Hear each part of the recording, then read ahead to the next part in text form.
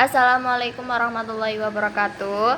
Perkenalkan, nama saya Lalatul Qadriyat dari kelas 4 KPIA dengan NIM 23411010201. Di sini saya akan membacakan hasil jawaban saya. Yang pertama yaitu refleksi diri. Selama 2 minggu ini saya sering menggunakan media online karena dengan media online saya bisa mendapatkan informasi secara langsung, mendapatkan berita dan juga berinteraksi dengan teman dimanapun kita berada. Dengan adanya media online kita bisa mendapatkan inspirasi dan menjadikan tempat untuk bertukar ide. Media online juga dapat membantu kita berkomunikasi dari jarak jauh menggunakan WhatsApp. Tidak hanya untuk berkomunikasi, tetapi juga membantu ketika kita sedang melakukan rapat atau pembelajaran secara daring. Itulah salah satu alat yang membantu ketika kita berhalangan yang tidak memungkinkan dilakukan secara tatap muka. Masih banyak lagi kegunaan media online saat ini, seperti membeli pakaian secara online, memesan makanan tanpa kita mendatangi langsung tempat makanan tersebut. Hanya melewat online saja kita dapat memesannya tanpa kita keluar untuk membelinya sendiri, dan masih banyak sekali kegunaan media online lainnya. Yang kedua yaitu membedakan kredibilitas media cetak, elektronik, dan online. Yang pertama, untuk media cetak sendiri itu lebih ke proses pencetakan seperti koran dan majalah. Isi dari media tersebut lebih panjang. Dalam setiap pemberitaan pasti diadakan verifikasi untuk pengecekan berita itu benar atau palsu, dan juga dipastikan dalam pembuatan berita tersebut harus ada persetujuan sebelum berita tersebut melalui percetakan. Yang kedua, untuk media elektronik sendiri menerapkan bagi para jurnalistik atau penyiaran radio. Di zaman modern ini, media elektronik masih dibandingkan dengan media cetak. Kredibilitas media ini seringkali dinilai dari reputasi institusi dan personalisme individu dalam penyampaian berita. Sedangkan media online memiliki keunggulan yang cepat karena banyak media online yang mengejar kecepatan publikasi sehingga banyak potensi kesalahpahaman. Tidak semua media online memiliki lembaga resmi yang jelas karena masih kebanyakan yang menggunakan editing dalam penyebaran berita di media sosial yang belum pasti, sehingga risiko hoax itulah yang membuat informasi lebih besar. Kredibilitas sangat penting untuk selalu mengecek sumber, proses verifikasi, dan reputasi media sebelum disajikan kepada publik. Yang ketiga itu manajemen media online harus menerapkan strategi yang terstruktur dan komprehensif untuk menjaga kredibilitas di tengah derasnya arus dan informasi hoax. Adapun beberapa langkah yang harus dilakukan yaitu perencanaan sistematis media online, menerapkan perencanaan melalui rapat dengan anggota redaksinya untuk menentukan berita yang akan diinput agar tidak terjadinya kesalahpahaman dan berita tersebut bersifat akurat.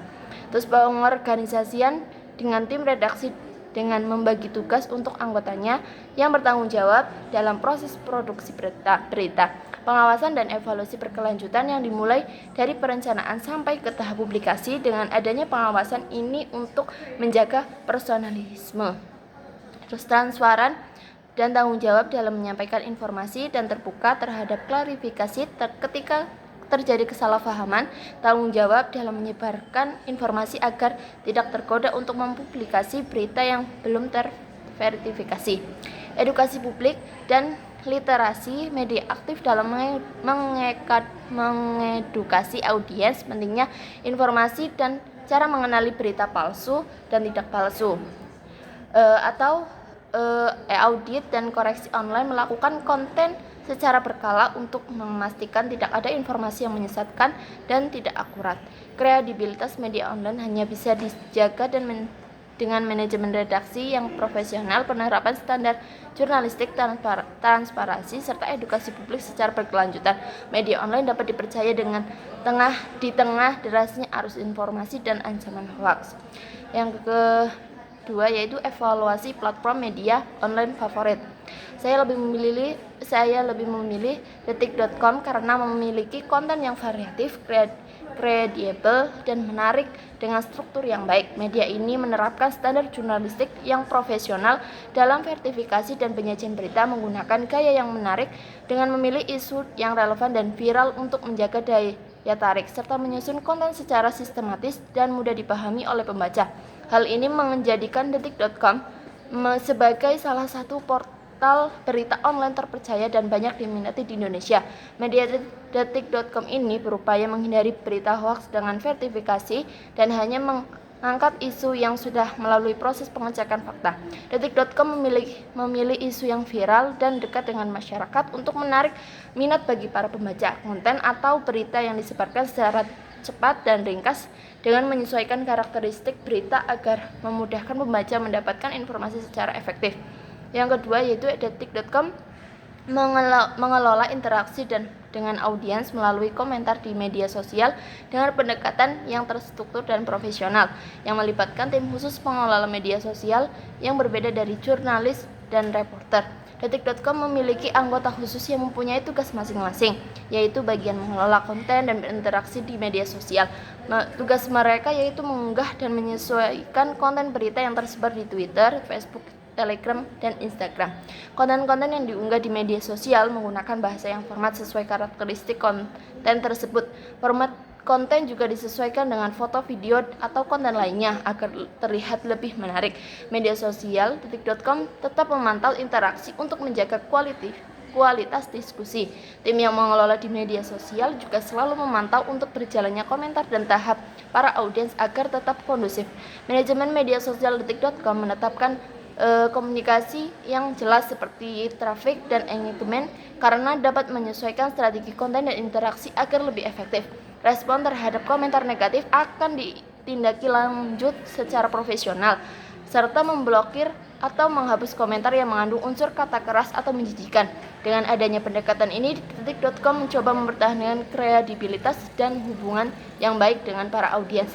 Dan yang terakhir yaitu saran manajerial agar medium online detik.com bisa lebih kompetitif untuk masa depan, yaitu yang pertama memaksimalkan kehadiran penggunaan media sosial, konten yang harus disesuaikan platform dan tren baru untuk menarik audiens, memperkuat kehadiran di platform seperti YouTube, Instagram, dan podcast.